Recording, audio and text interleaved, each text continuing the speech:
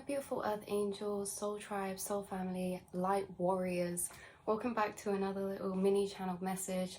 I thought I'd make one quick before I head out because there's just too many channelings at the minute.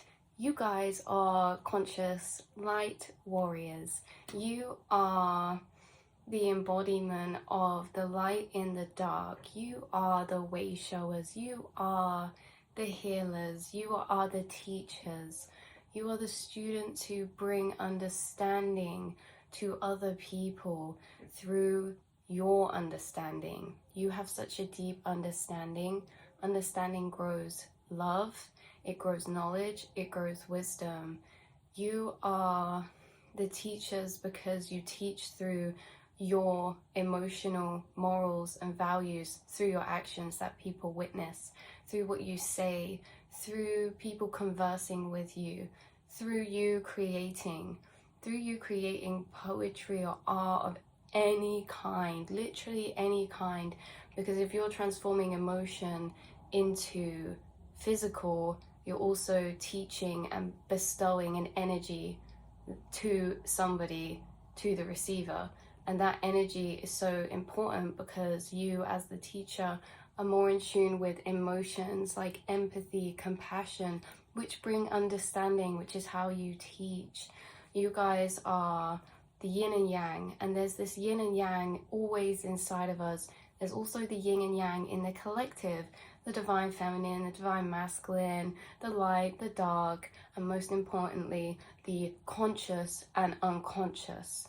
Have you noticed that the yin and yang is two swimming fish and they're always eating into each other, and that's, you know, they could forever, infinitely are going round like that, creating one another by eating and feeding into one another. The unconscious people in this world have been your fuel. The unconscious energies inside the self have been our fuel to alchemize into light.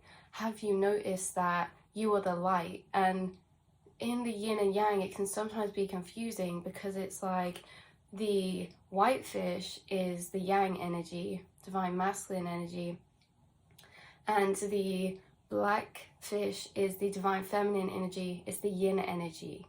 But have you noticed that they're flipped because the eyes of each other are each other? You are the yin energy, the intuitive energy, the embodiment of the divine feminine. No matter what gender you are, it does not matter, because you are in balance and connected to both. The divine feminine is our intuition, and the divine feminine is that connection to spirit, the unseen realm. But have you noticed that the divine feminine, the black fish, that normally we would associate with the darkness, is actually the light one, because it's got a white eye. And what is that white eye? It's you, the light, swimming through the darkness. It's you as a star in the night sky. You are the light in the dark. The lights in this world are constantly weaving and pushing through darkness. They're surrounded by darkness, whether that's in a physical sense, a connection sense. Like there's always darkness that seems to come around the light in some way, whether that's mental health, whether that's health issues, whether that's whatever this is, the darkness places around the light, and it feeds the light to shine brighter in that energy of not wanting to be overtaken by the darkness, forces the light to shine brighter. And that's what you've done. Have you noticed that the white fish with the black dot in the middle is the darkness, and the darkness cloaks itself and masks itself with light? The darkness hides in light, in plain sight. The darkness will create facades, especially if this is people who are operating from unconscious, and that's what I mean by light and dark, conscious and unconscious. The ball of white conscious energy is always swimming through the unconscious, and the ball of unconscious energy is always swimming through conscious energy. And it's so weird, and they're always eating, recreating each other, creating that balance. But just know that you are the light in this collective. You are the consciousness, you are the awareness, you are the teachers, the healers, all from yourself, your consciousness, and the embodiment of your energy, what you stand for. Like we said, qualities you hold like empathy, compassion, those are so sacred and special. So I just thought that that was a interesting point to note, because a lot of times, often, yeah, the light is surrounded by darkness. We're placed in darkness.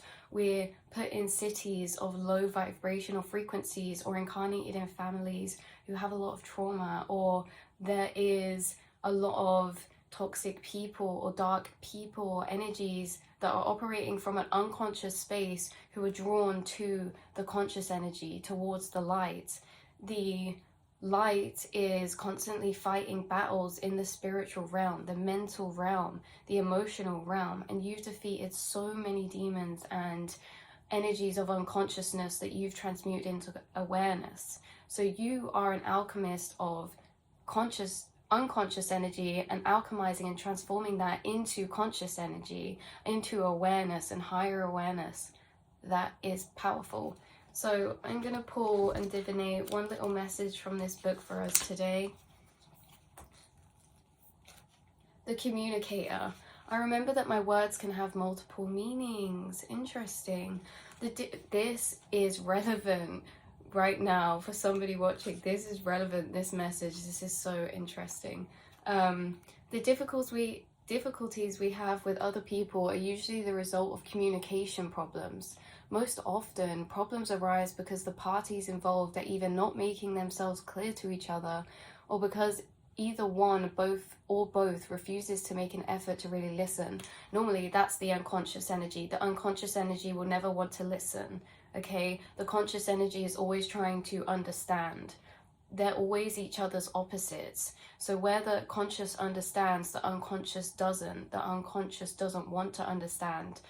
So you could have been dealing with, and I don't want to repeat too much because I've just filmed a reading that's quite similar to this, but there's things that you've been dealing with when it comes to unconscious energies coming at you through communication, or people around you operating from an unconscious space when they're in communication.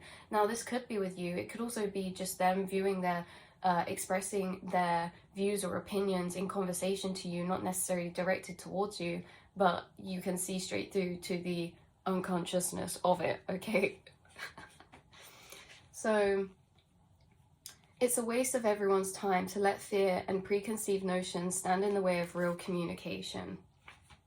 Proper communication begins with an effort to make yourself clearly understood. It is important to remember that the same words can often mean different things to different people. This can be the result of cultural, regional and age differences. A person's life experiences can attach very specific meanings, both positive and negative, to words and situations we would ordinarily expect neutral reactions to. If all of your efforts to establish a genuine dialogue seem to come to naught, or if they refuse to speak to you as a form of punishment, you may have to move on.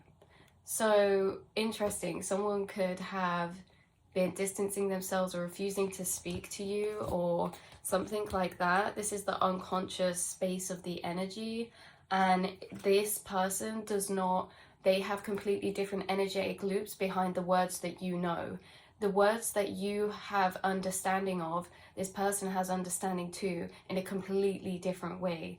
And it's like hard to communicate with people who have different vibrational loops to certain words and concepts and energies, because no matter what you say or do, they're going to misunderstand you. Some people are always going to misunderstand us, and there's going to be people who are going to be dedicated to understanding us. Do not sweat the people who misunderstand, and do not even let them take their misunderstanding and project it onto you as whatever they perceive that to be. Because when you speak, when you're portraying yourself and conversing, you know exactly what your intentions are. You know exactly what you mean and what place you're speaking from. So if someone misunderstands and takes it in another way and projects onto you something that is inaccurate or really just distorted from your truth, your true being, then there's nothing we can really do about that. And that can be frustrating, but at the same time, these are people who are also unconscious, and you're a conscious being needing to be surrounded by other conscious beings. So